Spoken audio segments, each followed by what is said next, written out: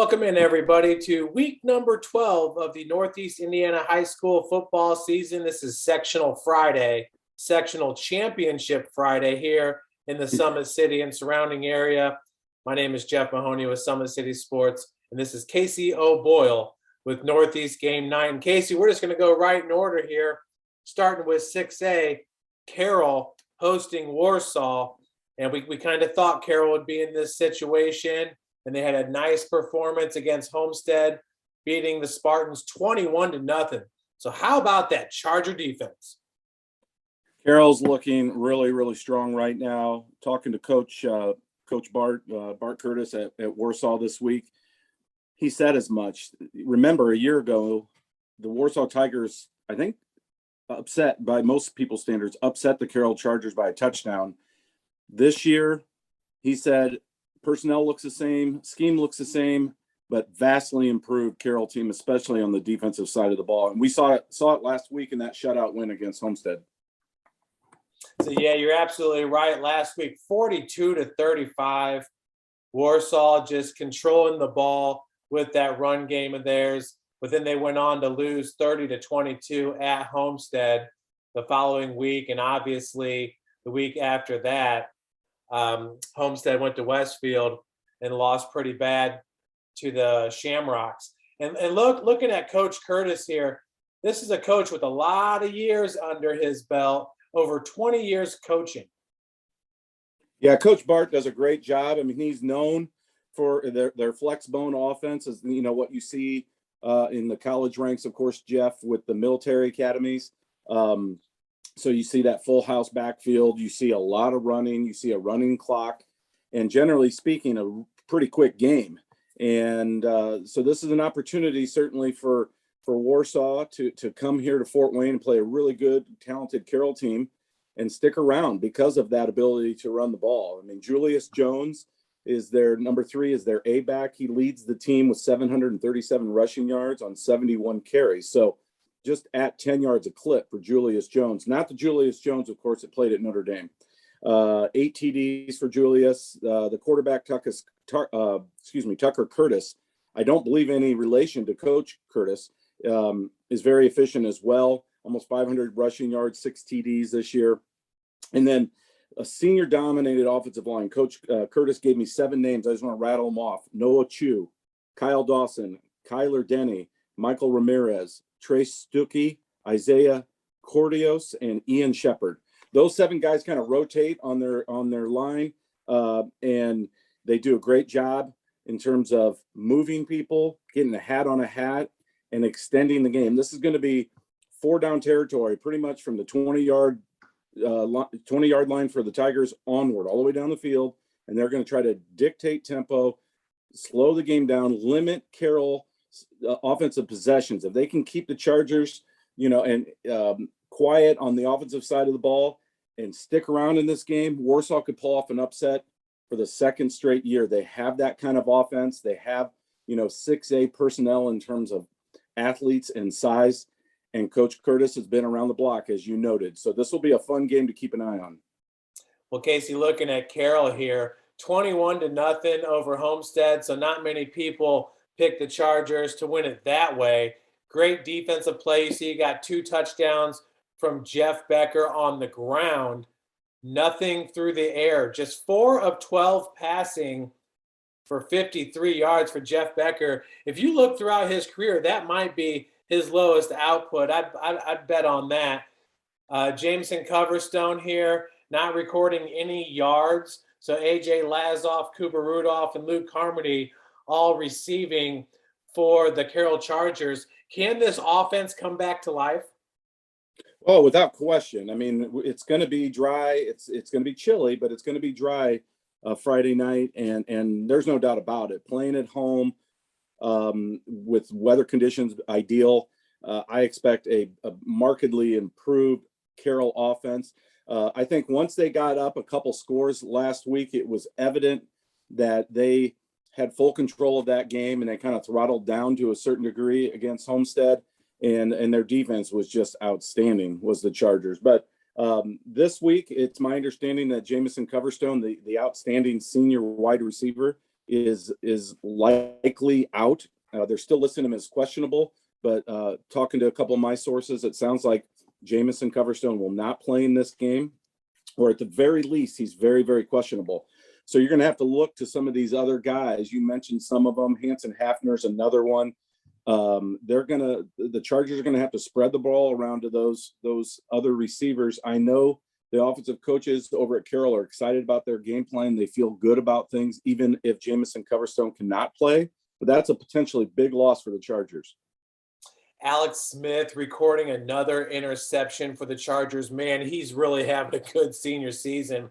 In this defense, I feel like if any Charger defense in recent past can handle this kind of rushing attack, it's this defense right here. Liam Ottenweller had 6 tackles. The defensive end, 6'4", 230 pounds, and a tackle for a loss. Aaron Jackway, even bigger at 6'6", had 5 tackles, 2 tackles for a loss. Of course, Mark Murray, the defensive tackle. And then to bring a guy like Tucker Steele, he can play off the edge there on that line of scrimmage. 7 tackles, 1 tackle for a loss. And let's not forget about the athletic and big Dylan Bennett. So these guys had 7 tackles for a loss last week. I think we might see a couple more tackles for a loss this Friday. Yeah, no doubt about it. They do a great job of getting off blocks. All those guys are seniors that you mentioned, with the exception of Dylan Bennett, the junior inside linebacker, having a tremendous bounce back season. Really, a year ago, it was the Carroll defense. Let's face it, that was a little bit of a disappointment. And the one side of the ball that truthfully didn't hold up their weight. And that's not the case this year. If anything, they might have flipped the script a little bit. I think the defense is the strength right now of this Carroll team, especially going into the postseason. I like what they're doing. Ottenweller and Jackway off the edge are phenomenal. Mark Murray plugs things up in the middle. And of course, the linebackers, Dylan Bennett and Tucker Steele, get around and fly around to the ball. I like Justin Anderson, sophomore, strong side outside linebacker. I think he's a really talented player to keep an eye on. And then their secondary, like Stewart and Ethan Beaupre, Braden Steele, are very opportunistic. They get their hands on a lot of balls.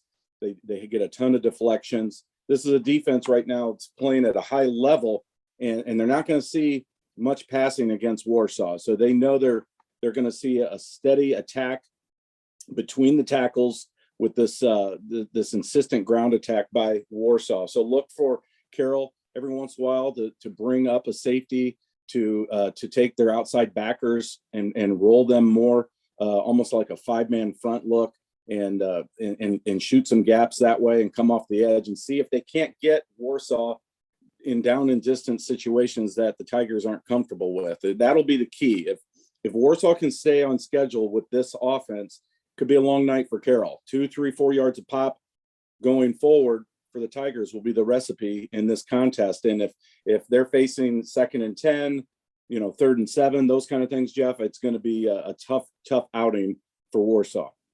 Should be another big night for Jeff Becker as well. You got Carroll winning it by 14 points, which means the senior signal caller will be outstanding per usual. And Casey, how about this? If Carroll wins this game, looks like they're going to travel to Westfield to play the Shamrocks, because Carroll's hosted the first 2 rounds. Seems like that regional is always over there at Westfield these days. It sure seems that way. And Westfield really just so much, I'd say in the last 10 to 12 years, seem like they've come a long, long way in terms of building a really strong football program. Again, another school on the northern edge of Indianapolis, kind of in that Noblesville, Fishers area, and just has exploded in terms of population down there. Just another real big 6A powerhouse, and doing great things. There you show it right there, number 2 in the AP poll at 9-1. I fully expect the Shamrocks to take care of Hamilton Southeastern, but that's no gimme. That's another one of those huge schools on the northern side of Indianapolis that traditionally puts out really, really fine football programs. So not to get too far ahead of ourselves, next week, certainly, if the Chargers are fortunate to advance, that'll be a tall task. But this is a team loaded with seniors. They've sprinkled in a lot of good young talent and a team playing with a lot of confidence. I was over there last night Wednesday night and brought some pizzas from B. Antonio's as our team of the week. And the Chargers were excited to see a lot of exciting pizza that was sprinkled with sausage and pepperoni and all kinds of goodies. I was smelling it. I had to buy a couple cinnamon breads just to tide myself over on the drive from B. Antonio's over to Carroll High School. But this is a team right now, even if Coverstone can't play, that's feeling really good about themselves, a lot of confidence. They got a little extra bounce in their step. And I fully expect Carroll to take care of business, but this is no gimme by any means. And you do not want to look ahead if you're a Carroll Charger to a potential matchup against a really good Westfield team next week or Hamilton Southeastern. You got to take care of business. And you lost to this team a year ago. There should be plenty of motivation for the Carroll Chargers. Yeah, and you had mentioned that Carroll really scarfed down those pizzas. Casey, been hearing the rumblings that the Hoosier Crossroads Conference might be picking up Carmel and Brownsburg. So that's something that could be in the works. And that would shift the Power Conference over to the Hoosier Crossroads away from the MIC. Yeah, I've heard some of those things too. Nothing definitive yet, I believe. But, it's interesting. We see some of how the landscape has changed on the collegiate ranks and all the schools that have changed through the years, the Big Ten, how it's expanded. Of course, the Big 12, SEC, pulling teams, losing teams, shutting things down, moving around. It's kind of the same thing in Indy. And we've even heard some rumors about the SAC perhaps, realigning and doing things a little bit differently. There's been talk about a big SAC and a small SAC. So I guess that's the moral of the story is there's constantly change. And Carmel's a really, really impactful program, perhaps the marquee program in the state of Indiana in terms of the gridiron. So whatever happens with that will be earth-shaking for sure. Yeah, certainly is with their swim and dive programs. Let's move on here. Class 5A, Sectional 11, Snider traveling to Bishop Dwenger. You just can't get enough of this game. It's by far in this area the best game year in, year out, most years, you could say. And the Swami has Snider winning it by 9. I don't know, Casey. I think this might be a little bit closer. I might have that margin around 2 or 3. Well, it's funny that you say that, Jeff, because this morning, I meet with several old former geezers, if you will, that played this lovable game of ours, and they pick against the Swami, and then of course there's whoever loses buys breakfast the following week. And almost everybody at the table, and it's a pretty sizable table these days, took Snider and laid the 9 points. And I'm with you. I feel like it's potentially a trap. I think Bishop Dwenger, I just watched that film, the game that you guys did a few weeks ago, and you take away, and I know you can say this about every game, right? You take away a few plays early on and then that disastrous third quarter, and Dwenger played Snider, I think, toe to toe. They had a strong finish, did the Saints to make the score much tighter than it really was. That being said, it was 10-7 late in the second quarter. That field goal, that 47-yard field goal by Talamentes was huge for the Panthers to go up 6 going into halftime. And then, of course, the penalty on the roughing the holder call that gave Snider a new set of downs, and they turned that into, it was a missed field goal. They turned that into 6 points in the third quarter and added another touchdown. And there's so many subplots from that game. Again, just watching it just a little while ago, Jeff, I looked at Kamari Juarez. He had his best game of the season. He's questionable for this game. That's something to really keep an eye on. The Snider folks are being very tight-lipped about that. My guess is he will play, but he's still technically listed as questionable. He had a monster performance against the Saints the first time around. I think Luke Hopper, the junior quarterback, had his best game, perhaps of his career, certainly this year, in my opinion. Threw some great balls across the field in wet conditions, some deep balls to Kamari Juarez. Something to keep an eye on. Juarez on a couple of those big plays was able to get inside release. I look for the Saints to jam him a little bit more at the line of scrimmage, Senior cornerback Adam Lee was not 100% in that game. He's one of the best defensive backs, I think, in the area. And I believe he had a leg or a calf injury of some kind, and you could see it. He didn't favor it intentionally, but you could tell he was not the number 30 Adam Lee that we're accustomed to. It's my understanding he's close to 100% now. So I expect that matchup to be a little bit closer. But there was at least 3 jump balls that Juarez won that changed the complexion of the game. So it was interesting how Snider came out in that game and threw it around a little bit. And then once they got that halftime lead, they came out in the third quarter and pound all the way down the field with Tyrese Brown. And then they take a shot downfield with Juarez for the big touchdown to put them up 20-7.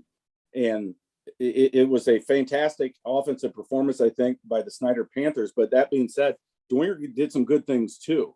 They shot themselves in the foot, did the Saints, several times with either penalties or just miscues, negative plays. If they clean up some of that and avoid turnovers, of course, I think the Saints can move the ball. They threw a lot at Snider, did this Bishop Dwenger offense last time around. A lot of 5 wide looks. They ran some pistol. They did so many different things. And it looked to me almost intentionally in anticipation for this postseason matchup. Because let's face it, when they met a few weeks ago, Bishop Dwenger was out of the conference conversation. So it looked like they were throwing a lot of different things at Snider. Now those coaches are going to get back into the laboratory, so to speak, and say, okay, what worked, what didn't, what can we tweak? And I'm kind of with you. I think 9 points might be a little high. And so it would not be surprise me at all if this came down to the fourth quarter late, and a key turnover or special teams play perhaps might sway one team over the other. A lot of history here too. Both are tied with 27 sectional championships. Yep. So the winner of this game is going to have a 28th sectional championship, which is the most of any team in our area. I believe Carroll leads that statewide, and I think Indianapolis Chatard might be second. So pretty neat piece of history here that these two teams are meeting for the first time in the postseason, and there's some bragging rights on the line beyond just a sectional championship. Yeah, you talk about big time players in these type of games. Jack Tittman, his hair was on fire in that first matchup. 5 tackles for a loss, 11 tackles. And then how about his cousin Rocco Sioka, 102 yards receiving in a touchdown. Both of those guys arguably had their best game against Snider. And like you mentioned earlier, Luke Hopper was just amazing. Tyrese Brown was his same old self, having an MVP type season. So this is definitely setting up for a great rematch. No doubt about it. I don't even know where to begin there. I'll just start on the Dwenger side of things, and then we'll flip over to Snider. I mean, Bishop Dwenger, Rocco Sioka was fantastic. There was a couple balls early in that game too. One that he caught along the sideline that he was ruled out of bounds by a couple inches.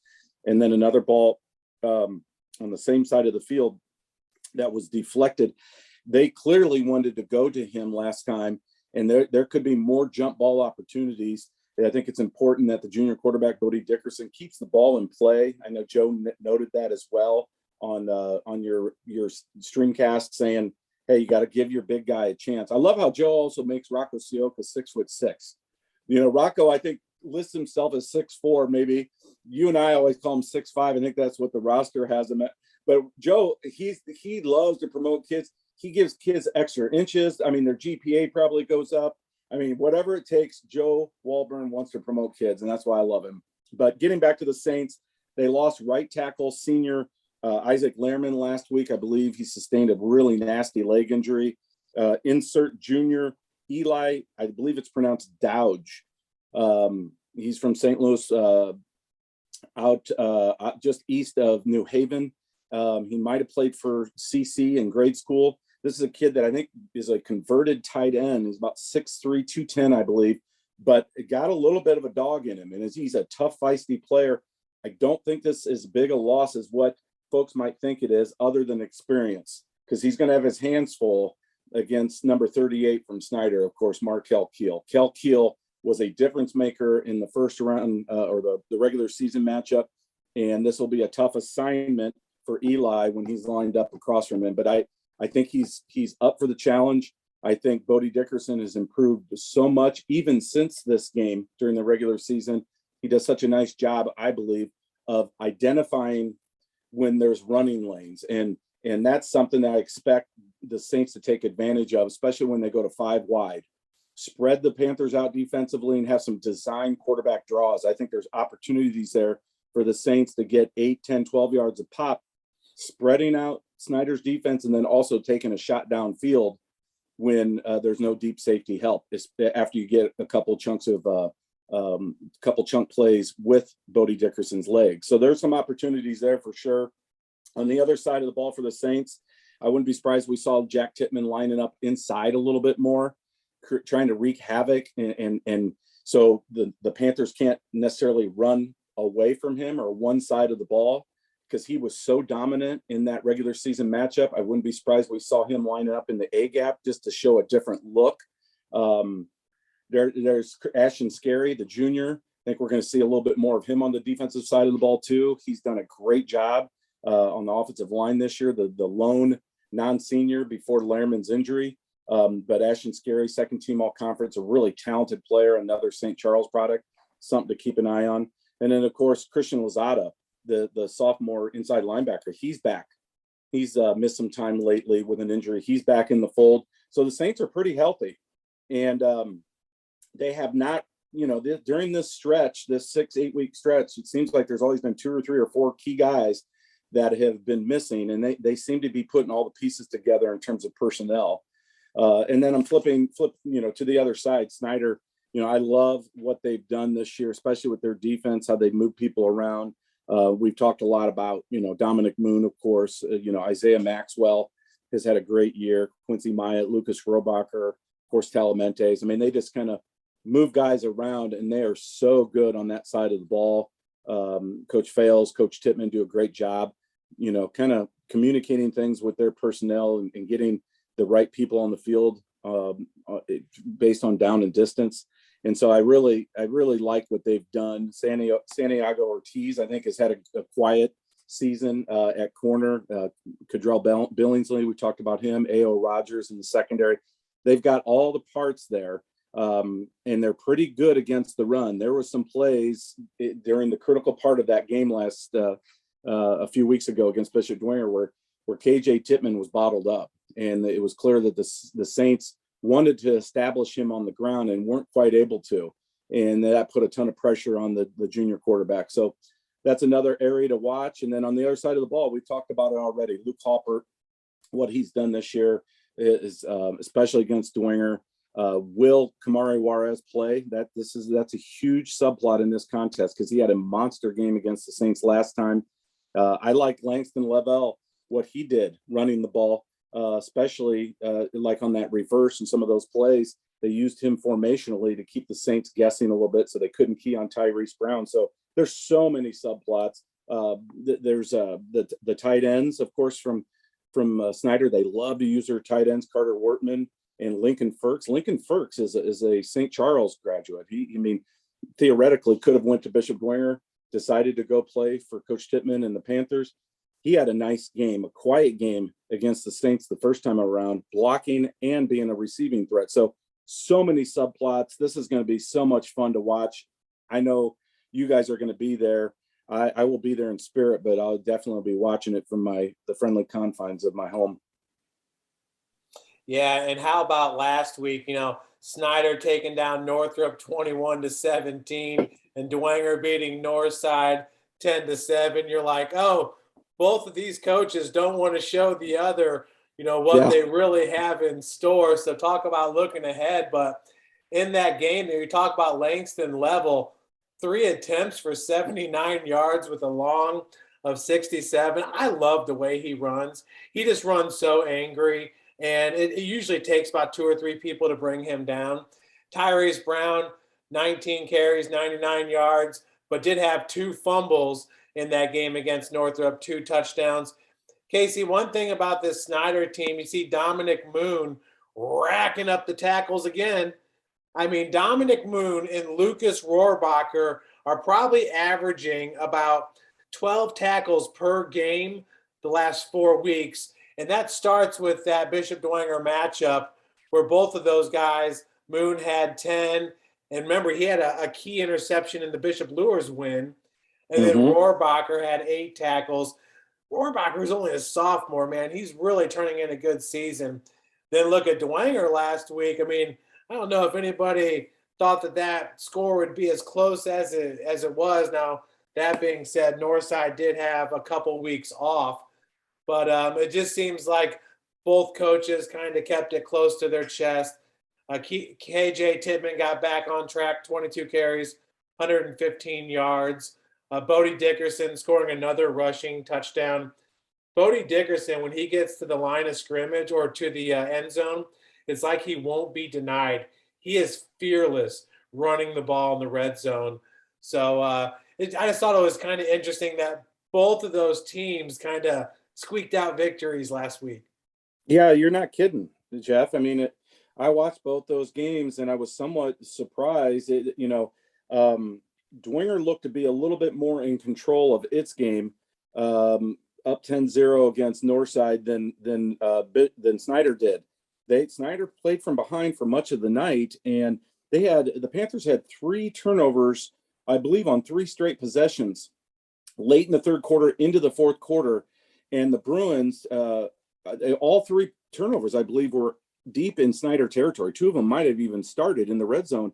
And I don't believe the Bruins got points on any of them. And they got just a little conservative, I thought, Northridge did with its play calling.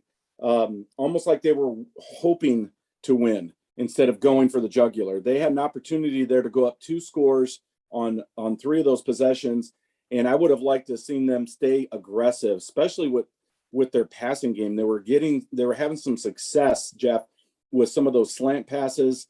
Dane Kilby was getting loose in the seam and over the middle on some skinny posts.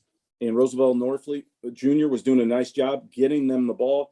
I think if Northrop scores on one of those turnovers late in the third, earlier in the fourth, who knows? Because Snider's play calling might change just a little bit if they fall down 2 scores and maybe from there, Northrop then can take another shot if they got another turnover. But they had 3 possessions in a row where I believe they got no points, and that ultimately was the game. Hats off to the Bruins. They played really, really well. And I thought, this is a team that hasn't beaten them since the late 90s.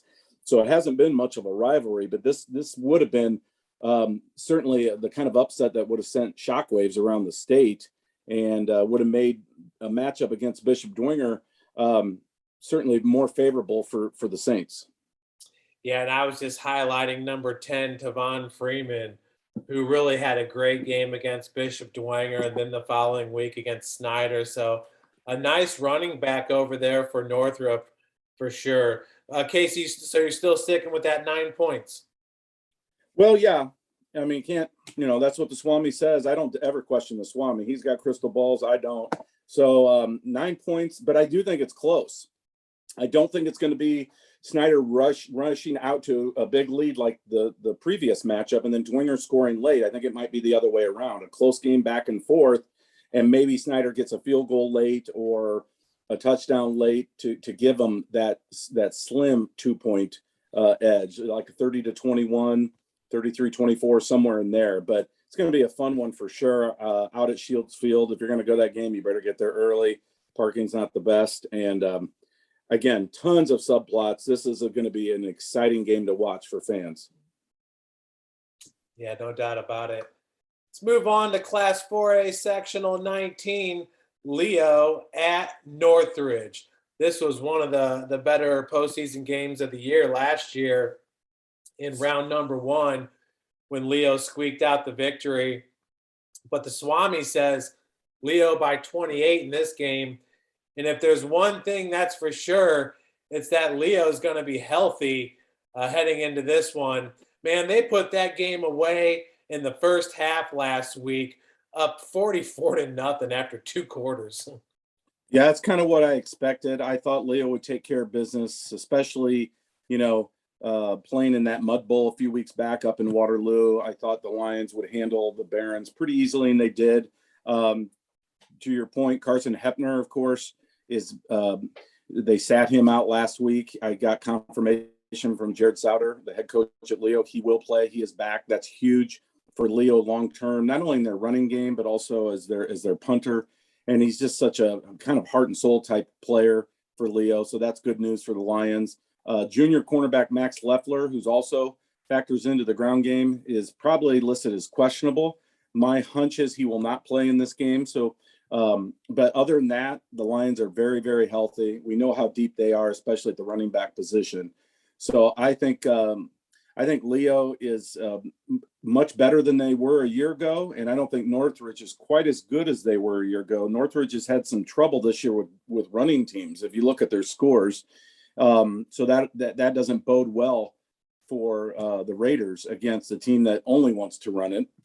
We know Leo can pass it, but we also know what they want to do. And if you look at their schedule, some of those losses, Warsaw is a great example.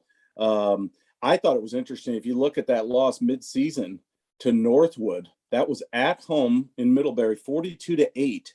Now, I don't know all the personnel situations here, if there were guys out or what, but to come back and avenge that loss, 28-7 in the sectional opener, you don't see that very often. I mean, sometimes you see somebody come back and beat somebody that they lost to in the regular season, but it's generally not that lopsided in terms of score disparity. So Northridge has done something right. And to be honest with you, that's the reason that this spread is closer than Swami originally had it 35-38, somewhere in there.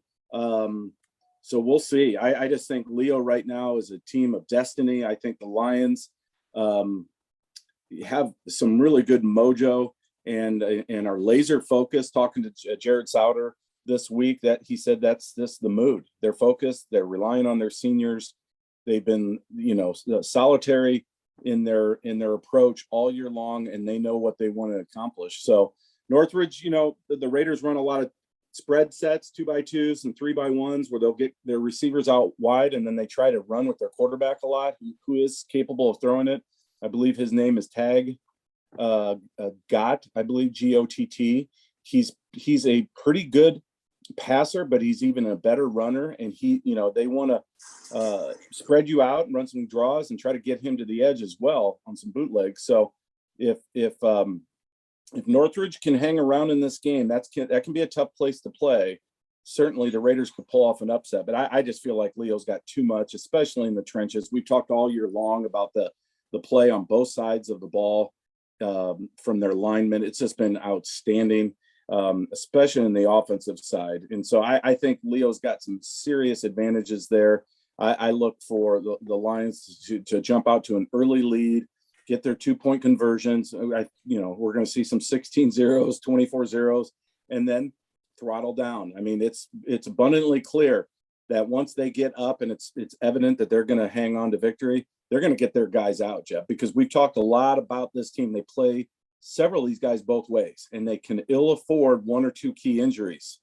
And, there's 4, 5, 6 guys that play on both sides of the ball a lot, and they cannot afford any of those injuries. So I'm expecting a big lead early, and then Northridge to get a couple scores late, and it ended up being like 42-14 or something in that ballpark. Casey, how about the freshman Brock Schott, number 43, the tight end for Leo? He's really been picking it up lately, and you can see Coach Souter made sure to get at least 3 pass plays in there to keep Jackson Barber's arm fresh. But I'd agree with you. When you look at the common opponent, it's Columbia City. Leo just absolutely squashed them, the Eagles, 52-7. Last week, Northridge won it 35-21. And that being said, Columbia City had a tough time gaining yards there in the first half, got a majority of that in the second half. And then you hate to look ahead, but you just feel like Leo, this is their year to get their first sectional title. What is it, since 2014? That sounds about right. It's coming up on 10 years. I know that might even be longer than that. So this is a proud program. Jared Souter's been very instrumental in building this program. They've started it with their junior ranks all the way up. They've done things the right way, and they've had a lot of really, really good teams that have fallen short through the years. I mean, I think back a few years ago, I believe in 2015, against Bishop Dwenger, they might have had just a little bit more talent than the Saints. And a missed field goal on the last play of the game, I believe, cost Leo a chance to extend their season. And Bishop Dwenger, as we know, went on to win a state championship that year. So a lot of pride out there. No pun intended with the Lions, but I like what Coach Sauter's done. He's a really fine coach, and I expect, again, barring injuries, this team to go very, very deep in the tournament. We talked last week. You mentioned a little bit about the passing. You mentioned the freshman tight end, Rylan Crawford. We saw what Caden Miller did, of course, on that amazing drive a couple weeks ago against East Noble. I still think, and I know you guys agree, keep throwing the ball a little bit. Keep people honest and put more and more on film, so people have to adjust and they can't just load up the box. And if nothing else, you're going to give them something else to prepare for. But even more than that, you're going to get your senior quarterback, Jackson Barber, comfortable, allow him to go through, reads and progressions, and just get comfortable throwing the ball and not put all that pressure on him to say, hey, we're down a score, a minute and a half to go, we need 80 yards from you. Do it earlier in the game, mix in some play action, and see if you can't put a little bit more on film and get a little more confidence in the aerial attack. I think that will go a long way in Leo accomplishing their goals. And I don't think it should be just making it to state. I think it should be winning state, because this is a special senior class that only comes around once in a generation. They want to finish this thing off correctly. I think the progression of their passing attack is so important for them to get to where they want to go. Yeah, Brock Schott, the freshman, goes 6'4". He's very athletic, very big. His dad was an All-American offensive lineman at the University of St. Francis under Coach Kevin Donnelly. He really helped get that program started. You know how much success the Cougars have had. And the last sectional title was 2011 for Leo. You see, beating Dwenger 35-14. You think I would know that as many times as I said it in that East Noble game, Casey. And then what I really like is the winner of this game takes on the winner of Wayne and Mississinawa. And I really feel like Mississinawa is kind of, well, I call them the poor man's version of Leo, but Mini they're Leo. very similar to Leo. Yeah, for sure. Mini Leo, for sure. They've got some size, but I don't think their linemen are on par with Leo's line. They're big, but they've got some size. Yeah, they got some size, and they've got some talented backs for sure. Before we, as we switch gears to Wayne, Mississinawa, Nelson versus Nelson is a subplot to keep an eye on, right? And then, of course, the Sean Collins effect will be interesting for the Wayne Generals. Yeah, Casey, that was a good one there. And we're going to move on. As Wayne has made it to the sectional title game, you got to love the Generals, even if they don't have a logo on the side of their helmet. But Wayne getting they it done do now. last Did you week. notice? Did you notice? I don't know if it was. I'm glad you brought that up. They got a star. They've got a star. They got a star. What's that about? I talked to Sherwood last night. I meant to ask him, hey, Sherwood, you need to drive out to my house and bring me a star, because they haven't had a logo. I don't know when they did that, but I'm so mad at Sherwood right now. But I am pulling for the Generals. So I've got their colonial blue helmet, Carolina blue. It's nice and pretty, but they got a star on it now, and I kind of like it because they're playing like stars. 4-7. This is a dangerous team that's playing with a lot of confidence. I liked what you guys did on Summit City Sports this week, kind of chronicling those backs and kind of this late season charge by Wayne. And it's hard to believe, 1996. We talked about it last week.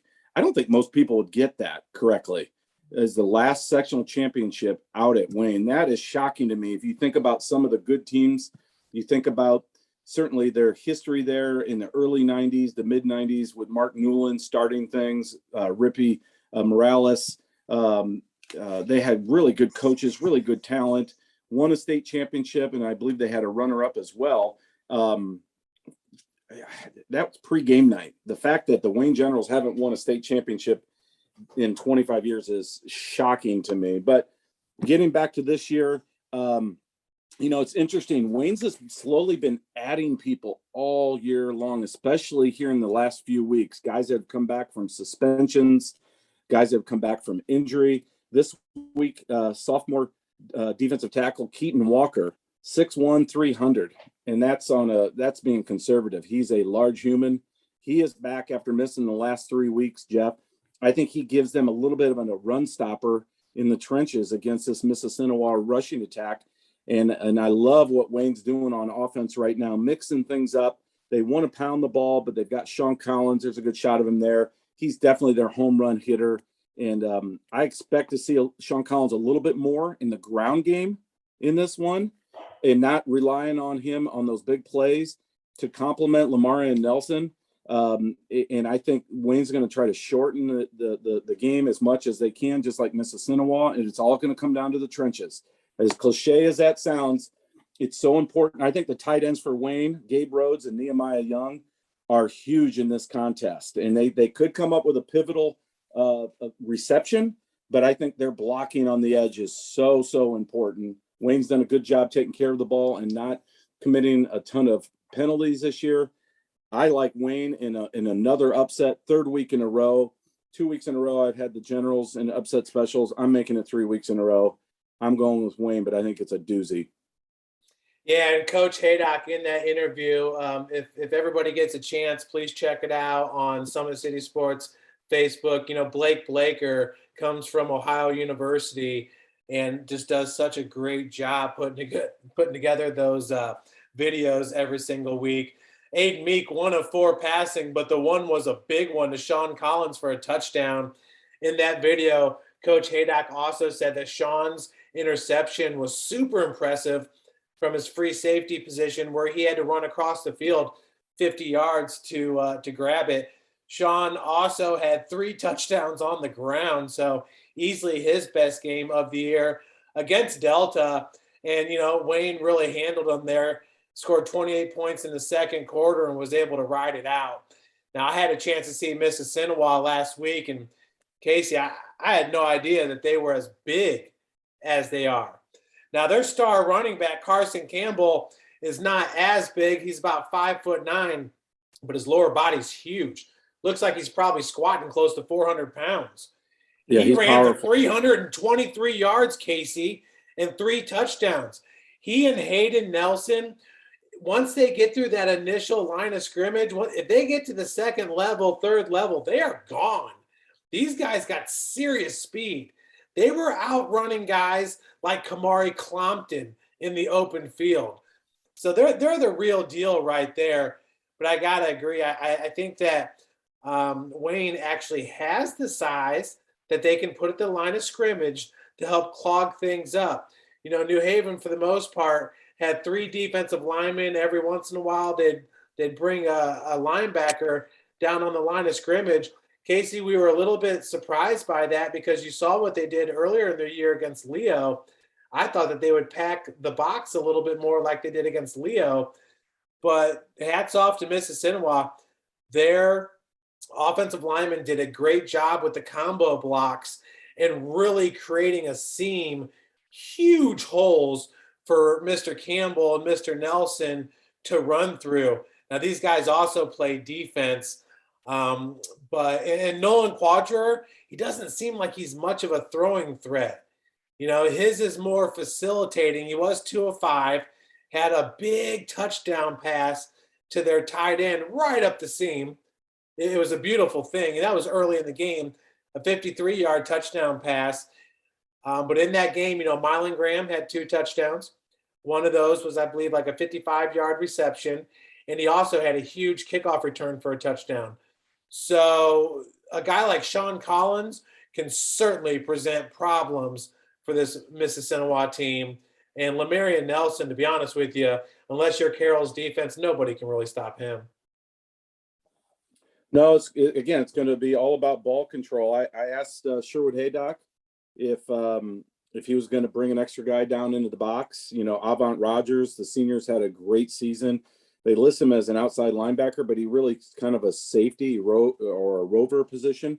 So I expect to see him a little bit more. But Sherwood said you have to be careful with that because they will out formation you. I mean, and they do a really good job disguising things and doing things with motion and moving people around pre-snap. And I think that's what he's most fearful of with their defense, is being out of position pre-snap based on formation. So I'm sure the Wayne Generals are spending a ton of time in the film room this week going over all of those different looks that Mississinawa is going to show pre-snap to make sure that they're in position. They've got guys lined up to make plays.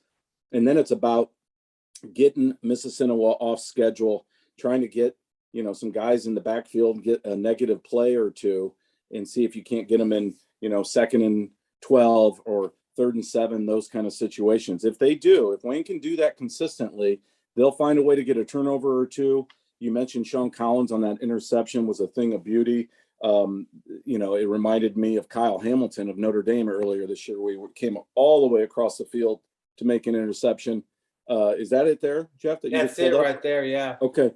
Yeah. So, I mean, Sean's had a tremendous career at Wayne. This is another kid that I don't understand why he doesn't have more opportunities to play at the next level, because I think he can play on either side of the ball. And he's a playmaker. He's the kind of kid that goes out and makes plays. They're going to need him to make plays, maybe even in the return game, are the Generals, to pull off this upset. But I think they're going to be right in it, and they're going to have to turn to their stars. And now, especially when they have stars in their helmet, that was a pun intended. And Sherwood, if you win this week, I need a star for next week's show. Okay. Honestly, it looks like maybe he found those stars, hidden away in the locker room somewhere or in the storage closet, and decided to slap them on. So up next, Norwell at Peru. So we've seen Peru in recent years. They've taken on Concordia. Concordia always was able to handle Peru pretty well. And Norwell did a good job of handling Concordia last week. Yeah, Norwell is there a team in the area that feels more underappreciated or disrespected than the Norwell Knights? 2 years in a row, they've strung together really impressive seasons. I think Coach Josh Gerber has done a great job. He's a former Norwell player who understands the culture there, the tradition there. He didn't get off to necessarily the best of starts in his coaching career, but now that he's settled in and he's kind of got his system fully implemented, all of his assistant coaches, I think he's got a really good assistant coaching staff. Norwell's doing great things. And as we've said the last few weeks, in my opinion, they're probably a year away. They play so many underclassmen, so many juniors for sure, that they could be scary good next year, but they're here and they're like, well, why don't we just keep winning? And I think they're big favorites to take care of Peru in this sectional championship clash. The Tigers, they've got a quarterback, a two-way player, Levi Strong, who's a strong player. He also plays safety. He's what makes their offense go for sure. Running back Braden Masters is a solid hard runner for Peru.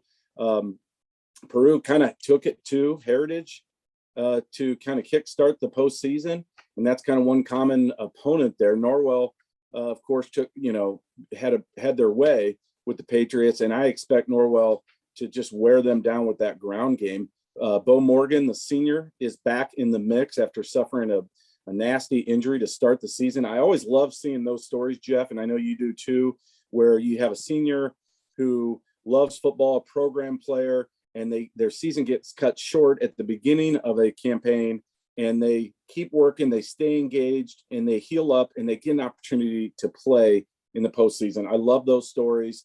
Kudos to Bo Morgan for working hard. He's back in the mix, and truthfully, he could factor in this game as a receiver because Peru is going to load up the box and try to take Luke Graft out of and John Colbert out of their element and try to see if they can't force Norwell to throw the ball. So again, I think Norwell wins this game pretty easily, and you have to give Coach Gerber and his staff a ton of credit because they just keep winning. I don't know how they've done it, and it makes me think how good they could be a year from now. But they're not thinking a year from now; they're thinking in the moment. Brody Bolin and some of these other guys are really, really fine football players. They don't have any of those D1 type guys. Brody, I know, is getting a lot of interest from D1 schools. So they do it very humbly and very quietly, but I like what Norwell's doing. This is a really solid football team, and I think they get a sectional championship. First sectional since 2014, and if they were to win this game, it looks like they'd probably be taking on Brebeuf. Right, and that might be a tough task, especially a parochial indie school traditionally puts out really, really talented teams. I don't know a ton about Brebeuf, of course, but should that matchup materialize, we can talk about that next week. But I really like Coach Gerber, what he's done. Again, just they're just very humble and yet hungry, and that's how they approach things. They just go out and kind of get the job done. But it's amazing to me how they just have flown under the radar. And again, I think it goes back to, they haven't had a lot of success in the last decade, if you will. And they don't have any of those star type players like you see in the NE8 at East Noble and at Leo, where there's, a lot of those big time players. Certainly the SAC schools get their share of attention, and they've got tons of talent and great coaches as well. But for my money right now, Josh Gerber may be the front runner for Coach of the Year, because 2 years in a row, the Knights are winning a ton of football games and beating teams that most people feel they shouldn't beat. This game against Peru, though, I think they should be considered heavy favorites. I think Swami has them by 24 or so. And I expect it to be a lot of running, a lot of Luke Graff between the tackles, maybe a pass play or two early to loosen up that Peru defense. But again, hats off to the Knights. Well, up next, we want to look at Eastside versus Luers. Everybody's been waiting for this matchup right here. And the Swami has Bishop Luers by 12 points. When you look at the 2A top 10, I still can't believe Luers fell to number 2. Eastbrook, that runs kind of that option, that double wing run attack. Just think Luers has too many weapons and would beat an Eastbrook team. But Eastside 11-0. Number 4, Luers 10-1, number 2, and Eastside just got it done. You said they'd handle Central Noble again, and they did, 38-6. Laban Davis was his usual self, 2 touchdowns rushing. Dax Holman also had a big game for Eastside. And then looking at Luers, kind of the exact same thing, where they handled Prairie Heights early and easily, 44-7. Yeah, kind of what we expected to this point in the postseason. I mean, I think if you there are no surprises there. I think more than anything, both those teams wanted to come out of those games, Jeff, healthy.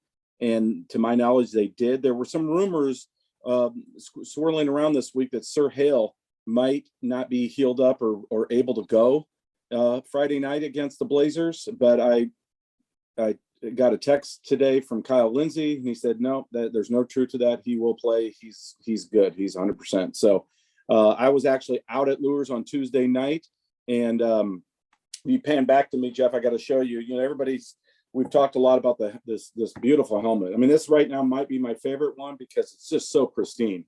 Got this from Coach Mason, at the beginning of the season.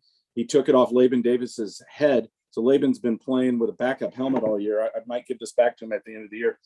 This helmet right here, my understanding, came off Carson Clark's head. And I just got this on Tuesday night. Of course, I'm being facetious, but look at this beauty. I had this giant Luers helmet before that looked like it was on one of the Bickle boys from the 70s or 80s. Just a monstrosity. And I reached out to Kyle and said, I need something better. Swami needs something here to put in his collection. Look at that beauty. Isn't that nice? So that being said, these might be my 2 favorite helmets in the collection right now. Going head to head, had to bring them out. Being out at Luers, there's some excitement. You talking to Coach Lindsay. Let me share this quote with you. I thought this was great because Eastside's they've made no bones about wanting this rematch. They feel like they played Luers toe-to-toe last year, lost by a touchdown. And what a great game it was before Luers went all the way to the Class 2A state championship. This is a quote from Kyle Lindsay. As much as Eastside has talked about wanting to play us again, how they circled this date on their calendars, etc., it can't be understated how much this group of kids and coaches has wanted this game as well. So that tells me they've got their focus. The Knights coaches, total respect for Eastside. They know Laban Davis is a special player that can take a game over. They also know that their defense was shredded last year by Laban Davis and most notably Dax Holman. Both those guys are back. Both are healthy. Both are having tremendous senior seasons for Eastside. If they replicate that kind of performance this year, Jeff, Eastside can easily win this game. There's no doubt about it. But I think Bishop Luers has made great strides. Carson Bradley, the defensive coordinator out there, deserves a lot of credit. I think they've made so many strides on that side of the ball. And the fact that it's going to be a dry track. I asked Kyle Lindsay, how's the field? He said it's really good condition. This was Tuesday. He said it's going to be chilly. It's going to dry up. He really believes by Friday night it's going to be in great shape. I asked him, will you practice on it? Will you go out and get some reps on Luers Field? He said maybe Thursday night, which is today as we tape this. So it'll be interesting to see if the Knights tiptoe out to Luers Field just to get a little pregame, some pregame reps on their home field. But it sounds like it's in much better shape than it was a couple weeks ago.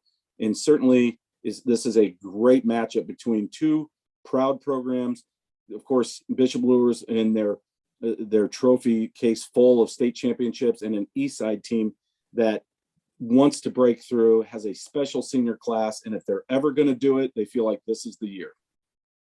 Casey, how do they approach Laban Davis this year? I mean, they're spying him all game. Who do they have spying him? How do they approach this one? Well, I don't think they can put too much focus on Laban Davis because last year it was Dax Holman, truthfully, that really carried Eastside in that game against Bishop Luers. So I think they might have just as much focus, on him. I mean, Laban Davis certainly gets a lot of the headlines, has had just a record-setting career for Eastside, but Dax Holman really was the key guy a year ago in this matchup. And if he's able to run off tackle, Eastside will be around in this game all night long. I mean, make no mistake. They've got, especially, they got a couple tight ends, Gavin Wallace, number 44, 86, Kyler Bibby, really good blockers. They've got good size, and they're very capable in the passing game. So as much as we talk about Bishop Luers' ability to throw the ball, and make no mistake, it's awesome. Eastside hadn't seen anything like this since a year ago. But on a dry track, Brody Glenn, Antoine Lake, and the like, with Carson Clark throwing it around, is going to be a daunting task for this Eastside defense. But they've got the players to stick around. I really think Sir Hale, the senior running back for Bishop Luers, is kind of the key to the game, because I think Luers is going to have opportunities to attack the middle of the field with Sir Hale running the ball, and that's just going to open up things downfield. I think a year ago, Eastside committed a lot of guys, an extra guy, to kind of keeping Brody Glenn contained. That's easier said than done. Brody Glenn, by the way, I don't know if you know this or not, Jeff, I just a couple more notes here that I made, is now the school's all-time leader in TD receptions with 37. He just passed Mike Rogers a couple weeks ago, and then also broke the single season record for receiving TDs last week. Also, Mike Rogers held that with 17. Now Brody's got 20. So he's got two significant records. The one record that I think might be the most coveted out there at Bishop Luers in terms of receivers is career receiving yards. He's second all time behind Austin Mack. He needs about 170 yards, I believe, to pass Austin Mack. That's possible in this game. And then he's got a little ways to go to get career receptions. Right now he's behind Clancy Shank. You remember that name? Clancy is an assistant coach at Bishop Luers. Jeremy McNeil, another Luers great, is second on that list. And then Austin Mack, 167 receptions. Of course, Austin Mack in the NFL.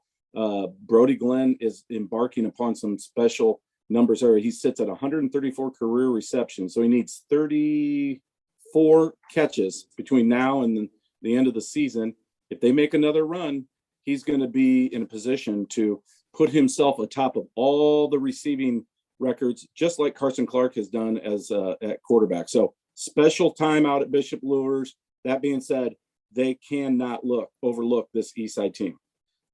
And I don't think they will. I mean, they're going to watch that film, and those coaches are going to hammer home all the things that they did wrong. They had some penalties a year ago, some missed assignments, and I think the Blazers got their attention a year ago for sure. So I think Luers wins this game by a couple scores, but that being said, wouldn't surprise me at all if it goes down to the end and Eastside's right there. Well, Casey, let's move on to Class 1A South Adams at Union City. That was an upset that you called last week, and you got South Adams winning this one by 35 points.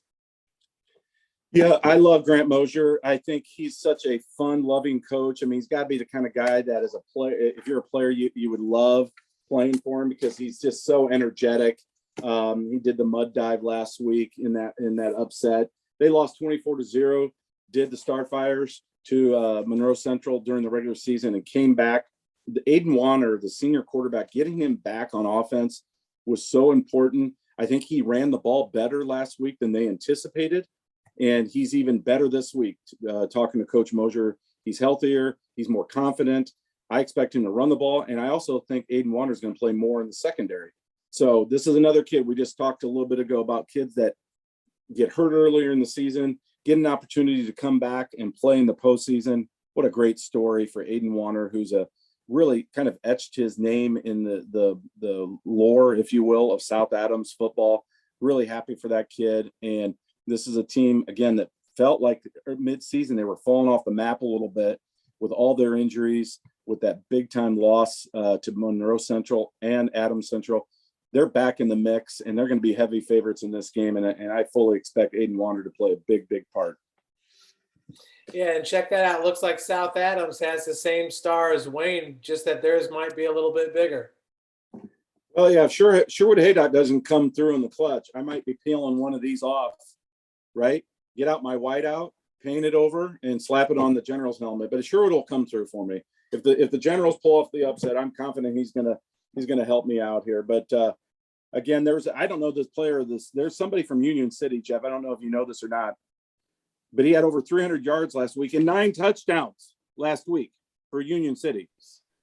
I meant to look up his name, but I didn't. But that's insane. Will he do that against the Starfires? I don't believe so. So I'm taking the Starfires big. Yeah, that's quite something there. Let me pull that one up for you. Pull that up. Yeah, the Union City Indians last week, they took down Taylor 59-26. So Casey, let's take a look at this one. Taylor might have a negative Sagarin rating though, so let's keep this all in context. Blaine Daniels, 368 yards rushing on 39 attempts, averaging 9.4 with 9 touchdowns. Yeah, I will make a prediction. If he replicates those numbers, Union City will pull off the upset. But it's not going to happen. It's not going to happen. I think South Adams is far superior to Taylor, and I think the Starfires win this game easily. I think Aiden Warner gets a couple touchdown passes. I think Maverick Somerset runs all over the place. Starfire shut things down midway through the third quarter, and then they can eye a rematch against rival Adams Central in the regional. Yeah, and that's a South Adams team that struggled to run the ball last week. Yeah, for sure. But look at what they played in as well. I mean, it was a quagmire for sure. Their best running play was Coach Mosier doing a head first dive into a mud puddle for the night. But yeah, this we're going to have good conditions, and I think South Adams, takes care of business. So it looks like it's prime that South Adams will take on Adams Central for a regional title, because you got Adams Central winning by 45 against Triton. For sure. I like Adams Central, Coach Michael Mosier, the Flying Jets. I think this is the best team in Class 1A. And, what they've done this year, with the exception of that early season hiccup against Eastside, has been amazing. They're so fast on defense. They've got a lot of parts on offense. Neuenschwander and Hirely and Curry. These are names. These kids, it feels like they've been playing football there forever. I think they all own bakeries. And it's unbelievable how Adams Central just comes at you with so many players on both sides of the ball. Their line play has improved all year long. I think their quarterback, Ryan Black, has done good things. And they get big plays in their passing game. They don't throw it a lot, but when they do, they usually hit a home run or two. This is a team playing really well.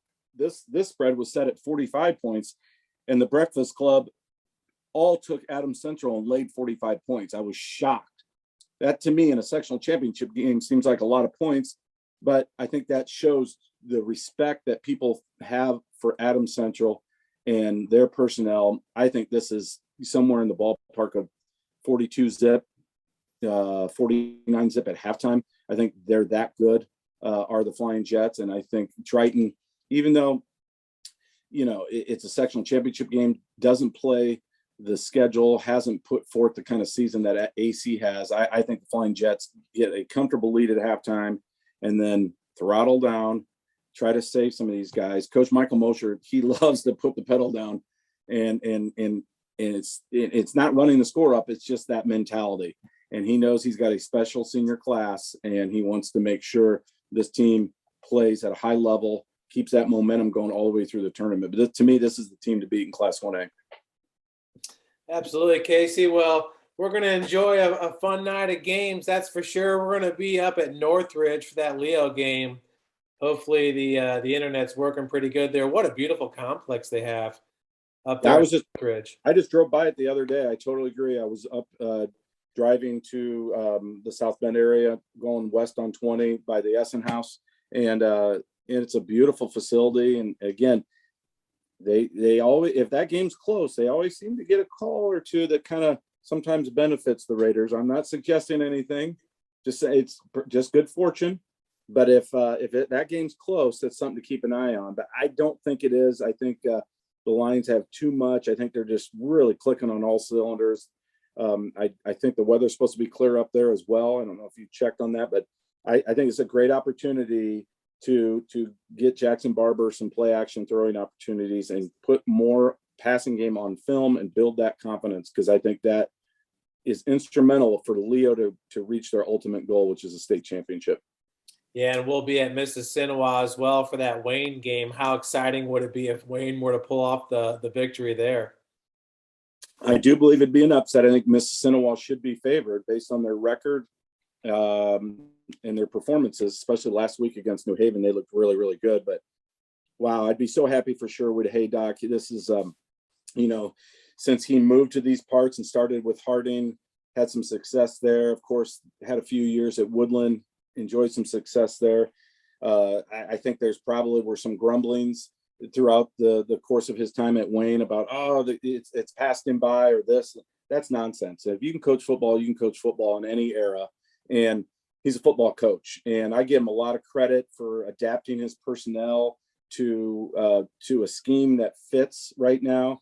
They are playing at a higher level. And let's be honest, they're 2 or 3 wins away from having, or close plays away from having 2 or 3 more wins. They could have won some of those games and easily have 6 or 7 wins. And we probably feel a lot differently about them, Jeff, if they're, instead of 4 and 7, they're 6 and 5. You know what I'm saying? That being said, Mississinawa is really, really tough. And Sherwood said, we have to be able to stop them and get off the field. Easier said than done. But I like the fact they got Walker back at defensive tackle. I think that will really help plug up the middle. They're going to have to take some chances. They're going to have to send some guys off the edge, shoot some gaps, and see if they can't get Mississinawa off schedule. But as you know, and you alluded to earlier, you run the risk then of giving up the big play, because once they get out in space, they've got Campbell and Nelson have the speed to take it to the house, and you don't want to do that either. But I think it's going to have to be a slugfest, matching scores back and forth, and maybe Wayne can just somehow hit a 2-point conversion late or something and pull out a 36-35 win, or 29-28, 28-27, something like that. I think that's the kind of game it's got to be for the Generals. But you know what? It's been a fun late season rally for Wayne, and we're certainly pulling for the Generals. Yeah, that's one thing that Mississinawa did well last week, was blitzing those linebackers and just putting so much pressure on Jakar Williams. And then finally, we're going to be at Bishop Dwenger for the Snider and Bishop Dwenger game. Can't tell you how excited I am for that one. Obviously, I graduated from Dwenger, played football there, and I just like the direction this team has been going towards the end of the season, getting better every week, I believe. I think so too. I mean, they don't have that signature win, do the Saints. This certainly would be it. But I agree with you. This is a team that has, I think, progressively gotten better and stronger on both sides of the ball. and they feel, to me, I totally agree with you. I think this is a very winnable game for the Saints. A lot of things have to line up for them. And if you watch that film and you erase some of those miscues, those negative plays, those penalties, those little mental miscues, of course, the big plays in the Snider passing game, if they flip some of those plays, I tell you what, I agree with you, Jed. I think the Saints can pull off a shocker, because I think most people will probably take Snider, and rightfully so. That being said, what a great, compelling matchup. First time ever postseason meeting between the Saints and the Panthers, two storied, tradition-rich programs. Going to be a lot of fun out at Shields. Yeah, and the thing about Snider is they've just been so consistent all year long, and that's because of that running attack and that offensive line, and that's not going to change on Friday night. Hard to pick against the Snider Panthers in this one, your co-SAC champions. Not only that, Jeff, and you pointed this out early in the year, the changes they made on the defensive side of the ball too, namely Carroll Billingsley. I mean, that changed things. They tweaked some things with their personnel. We talk a lot about Leo and all the running backs they have. Think about all the linebackers at Snider. I mean, you talk about, an embarrassment of riches, right? I mean, you got a Purdue commit, you got Rohrbacher, you've got Talamentes, you got Quincy Myatt, you've got Isaiah Maxwell, who I believe was second team all conference. I mean, they just roll them out there. And the front line does a real good job of chewing up blocks so those guys can run freely. So this is going to be a great matchup. It's going to come down to execution, of course, making a big play or two, and just kind of willing yourself to victory. And one team is going to find a way to do it. I still think Snider gets the job done, maybe gets a score late to put the game out of reach. But to your point earlier, it wouldn't surprise me at all if this is if the Saints win this, or if it's a close game to the very end. Yeah, and Quincy Myatt, one of the top tacklers in the state, I believe he's at 93 now. The only person I know that has more tackles than him is Isaac Carswell over there at New Haven. But Maya did have an interception in this Dwenger game earlier this year. He was a big factor in this game. He was, and there were so many heroes in that contest, that regular season win for Snider. I mean, their linemen were critical. We talked about the tight ends, the quarterback Luke Hopper, the running backs, Kamari Juarez in the passing game. There were, and then a ton of heroes on the defensive side of the ball. So Snider missed 2 field goals in that game. One of them, they ended up getting an extra possession because of the roughing the holder penalty. The other, it didn't come back to haunt them, but this is an interesting game. Again, watching the film this week, Dwenger was right there. It was, for all practical purposes, it was 10-7 in the first half, and a couple plays here or there, Dwenger actually could have been ahead by 10-7 themselves, or 14-10. So it'll be really interesting to see the adjustments that both coaching staffs make. I think both sides should be pretty healthy, which you want to see this time of year. And I think it's going to be a classic Bishop Dwenger Snider matchup that I can't wait to watch. Well, we hope everybody enjoys week number 12 of football next Friday, or this Friday night. Sectional Championship Friday. And Casey, I hope you enjoy the games as well from the friendly confines of your couch. Yeah, no, I will. The pets will be there. The bald cat might make a comeback, a repeat appearance this weekend. I'll have all my critters going, probably a couple sodas, and I can't wait. It's going to be a fun night of football. Well, yeah, so that Dr. Evil cat, I don't know. That thing's kind of scary. But have a great weekend, everybody. My name is Jeff Mahoney with Summit City Sports, and that is Casey O'Boyle. Thanks, everybody. Thanks, Jeff.